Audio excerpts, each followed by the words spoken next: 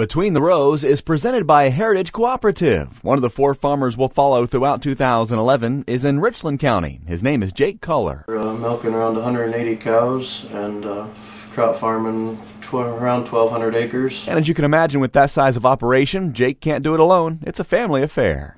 I'm work on the farm with my father and my uncle, and then and my uncle's boy. The 1,200 acres of Culler farms are used in a variety of ways. On our crop rotations, we rotate between corn, beans, and wheat. We plant some oats to interseed alfalfa with, and also to feed our replacement heifers. We try to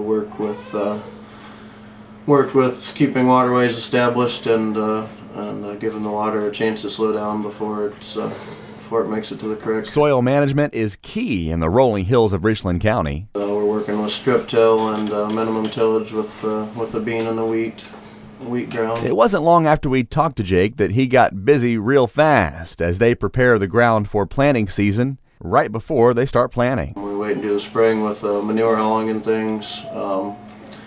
We wait till we get the manure hauled out in the spring, and then we'll try to spread it and cover lots of acres in a thin layer instead of a few acres with a thick layer of manure, and then that way we still can manage the residue going through with the strip till machine, and so we do all spring works. That way it breaks up some of the compaction if we did get out sometimes out on the ground a little heavier than we should have been, but it's the way it goes sometimes. As far as tillage practices in preparation for the soybean crop, on the soybeans, we're running a airway tool with a double rolling basket to help kind of break down the corn stalks a little bit, and then just planting with a no-till drill. We're kind of looking to go to doing 15-inch rows, but so far we haven't made that jump yet. So. As Jake mentioned, he has 180 head of dairy cattle, so many of the acres go to sustaining that operation as well. Right, for the dairy we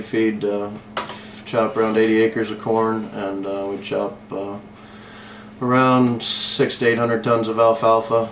We do silage bales and dry hay. Work some with small squares, but mostly rounds. We feed and raise all our replacement heifers and feed out some of our steers. There's a lot of time on the Culler farms devoted to making sure that the practices that they use are best for their land. We feel it's very important to try to keep the soil in place. Just the erosion and the things that can happen when we have heavy rains here, like we just had a couple weeks ago. It just showed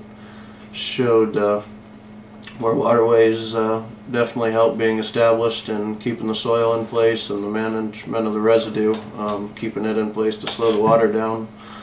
And the strips just do a super job of just slowing that water down that can run fast off the corner of the bean ground, and then it gets into the hay residue and it just gets it slowed down before it makes it down to the next field. Jake's philosophy is a good one, and it's working because, as he states, you're going to get your best growth out of your best soil, and if you're washing it down the river, it's not your best soil anymore. So that's Jake Culler of Richland County, one of the guys we'll be following throughout the season on Between the Rows, a production of the Ohio AgNet.